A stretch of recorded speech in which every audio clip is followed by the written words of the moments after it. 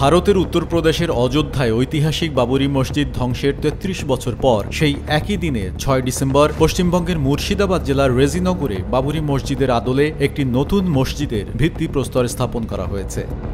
স্থানীয় সময় শনিবার দুপুরে ভিত্তিপ্রস্তর স্থাপন অনুষ্ঠানে হাজার হাজার মানুষ উপস্থিত ছিলেন। ধর্মীয় নানা স্লোগানের মধ্যে মুসল্লিরা মাথায় ইট নিয়ে আসা দৃশ্য সামাজিক যোগাযোগ মাধ্যমে ভাইরাল হয়েছে, যা এই উদ্যোগের প্রতি সাধারণ মানুষের গভীর সমর্থন তুলে ধরে।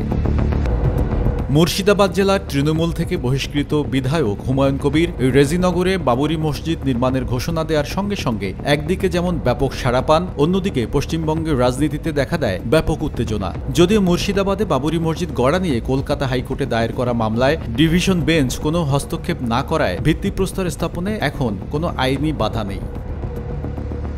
২৫ বিঘা জমিতে মসজিদের পাশাপাশি এখানে হাসপাতাল, বিশ্ববিদ্যালয় ও পার্ক নির্মাণের পরিকল্পনাও রয়েছে বলে জানা গেছে। তৃণমূল কংগ্রেসের বহিষ্কৃত বিধায়ক হুমায়ুন কবির জানিয়েছেন, এটি রাজ্য সরকারের অর্থায়নে নয়, বরং মুসলিম সম্প্রদায়ের আর্থিক সহযোগিতায় নির্মিত হবে। এদিকে এই মসজিদ নির্মাণ ঘিরে এই রাজ্যের রাজনীতি উত্তপ্ত হয়ে পড়েছে।